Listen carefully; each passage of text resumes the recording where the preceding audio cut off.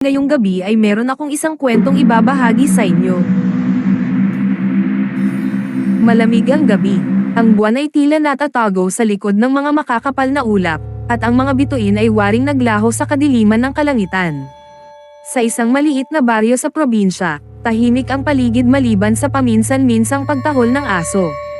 Si Rina, isang dalagang mag-aaral mula sa Maynila, ay nagdesisyong umuwi sa kanilang baryo upang magbakasyon. Nasa kalagitnaan siya ng isang mahabang biyahe pauwi sa kanilang bahay nang huminto ang jeep na kanyang sinasakyan. Pasensya na, mga pasahero. Nasira ang makina. Hindi na natin matutuloy, anunsyo ng driver. Walang magawa si Rina kundi bumaba at maglakad. Habang naglalakad siya sa madilim na kalsada, naramdaman niyang may sumusunod sa kanya.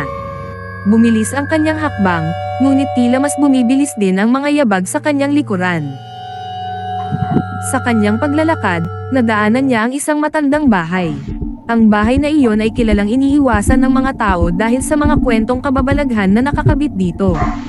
Ngunit sa takot na baka mas masama pa ang mangyari sa kanya sa kalsada, napilitan siyang pumasok dito upang magtago.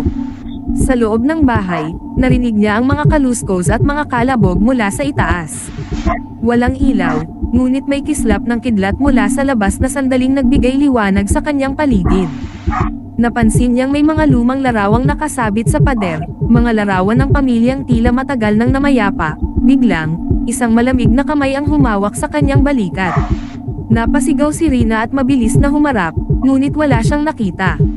Nanlalamig ang kanyang katawan sa takot.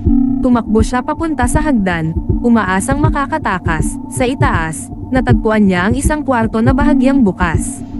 Pumasok siya dito at nagtago sa likod ng isang malaking aparador. Humihingal siya at pinipilit na pakalmayan ang sarili. Ngunit naririnig niya ang mga yabag papalapit sa kwarto. Sa isang sulok ng kwarto, may nakita siyang isang lumang libro. Kinuha niya ito at binuklat, at laking gulat niya nang makita niyang puno ito ng mga litrato ng mga tao na tila mga nawawala. Ang mga mata ng mga tao sa litrato ay tila nakatitig sa kanya, nagmamasid. Biglang bumukas ang pinto at isang matandang babae ang pumasok. "Bakit ka nandito?" tanong ng babae. Ang boses nito'y malamig at puno ng puot. Nang makita siya ng matandang babae, nagsimulang magbago ang kanyang anyo. Ang kanyang mukha ay naging sunog at ang kanyang mga matay naging pula. Si Rina ay hindi makagalaw sa sobrang takot. "Ako si Aling Rosa," sabi ng babae, "at ikaw ay aking magiging susunod na biktima." Tinangka ni Rina na tumakbo palabas ng kwarto, ngunit nahatak siya ni Aling Rosa.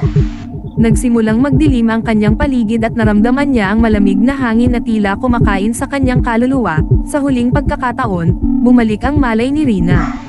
Nakita niya ang kanyang sarili sa isang salamin. Ang kanyang anyo'y nagbago na, siya na ang bagong bantay ng bahay. Ang mga yabag na naririnig niya noon ay ngayon siya na ang gumagawa.